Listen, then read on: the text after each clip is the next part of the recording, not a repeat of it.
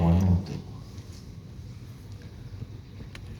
એટલે માત્ર બાહ્ય ભાવે મિકેનિકલી રૂટીન તમે કરીને એકવાર માનસિક સંતોષ તો મળી જશે કે મારું આજનું આ થઈ ગયું, ધ્યાન થઈ ગયું, ભક્તિ થઈ ગઈ, પૂજા થઈ ગઈ.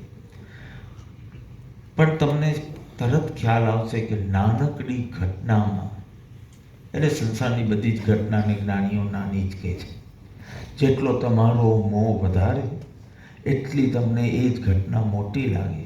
તમે જો ટ્રેનમાં જતા હો ને ઝાડ હોય તો એ ઝાડ તમને મોટું લાગે, પણ ટ્રેન પસાર થઈ જાય પછી દૂરથી એ ઝાડ જુઓ તો એ ઝાડ નાનું લાગે.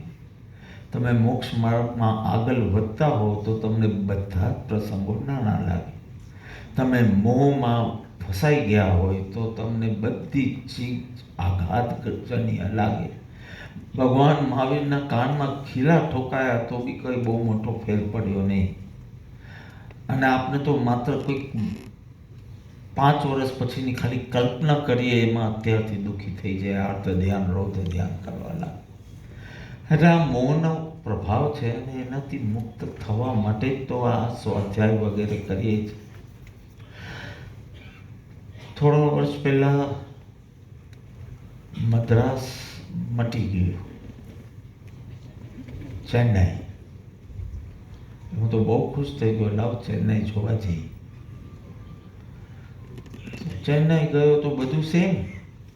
એગ્મોર સ્ટેશન જ્યાં હતું ત્યાં જ હતું, ટાવર જ્યાં હતો ત્યાં જ હતું, ખાલી નામ બદલાયું. ખાલી નામ બદલાઈ જશો ને અંતઃકરણ સેમનું સેમ રાખશો. હવે તમે સફેદ કપડામાં આવ્યા, તમે હવે મુમુક્ષુ કહેવાઓ, પણ નામ બદલાયું પણ અંતરમાં વૃત્તિ ન બદલાય. તમારી વૃત્તિને જોઈને કોઈને એમ લાગે કે આ સત્સંગી છે કે સંસારી છે, તો બધું વ્યર્થ ગયું. કારણ કે એક્ઝામમાં સરખું કરો તો તમને આગળ વધો, પ્રમોશન મળે. અને આવા પરીક્ષાના પ્રસંગે તમે કેવું વલણ રાખો છો ને કેવું વર્તન કરો ત્યારે તો ખબર પડે કે આ સાધક છે કે સંસારી છે. જો સંસારી અને સાધક બંને સેમ પ્રકારનું રિએક્શન કરે તો પછી આ બધું નકામું શું? પ્રશ્ન છે.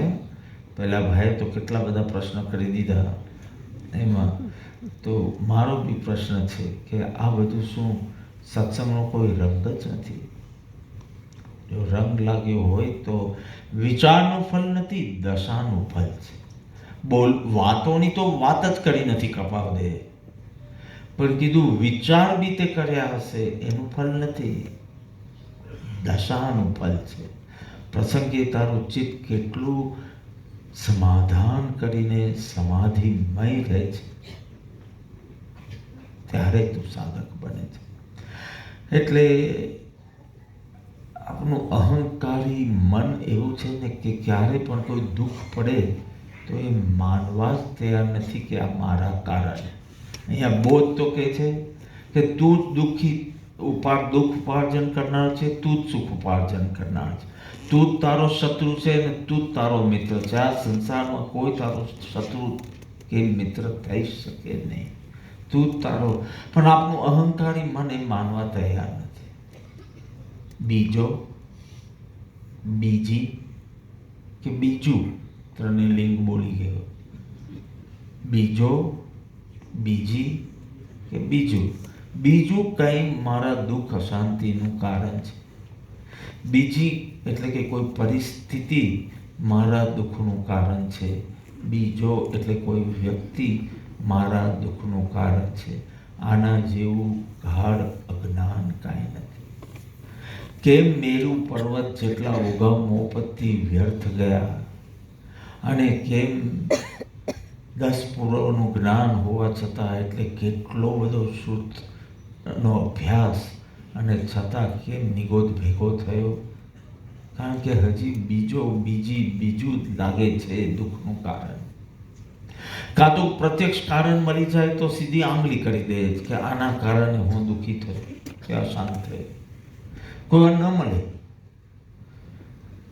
કોઈ એવું પ્રગટ રીતે કોઈ કારણ જ ન દેખાય આપણી દુઃખ અશાંતિનું, તો ભગવાન તો છે. જૈન હોય તો ભાગ્ય કહેશે, હિન્દુ હશે તો ભગવાન કહેશે, ભગવાને આવું કેમ કર્યું, અથવા તો મારા ભાગ્ય મારા પૂર્વ કર્મના કારણે. ખોટી વાત છે. તમને કોઈ કર્મગ્રંથ બરાબર શીખવ્યો નથી. કર્મના કારણે તું દુઃખી હોય તો મહાવીર તો ઘણો દુઃખી થવો જોઈએ, કારણ કે 12 વર્ષમાં કેટલા પરિશ્રમ અને ઉપસર્ગ આવે. જો પૂર્વ કર્મથી દુઃખી થતા હોત તો મહાવીર આપણા કરતાં વધારે દુઃખી હોવા જોઈતા હતા. તું દુઃખી છે તારા કારણે જ દુઃખી છે.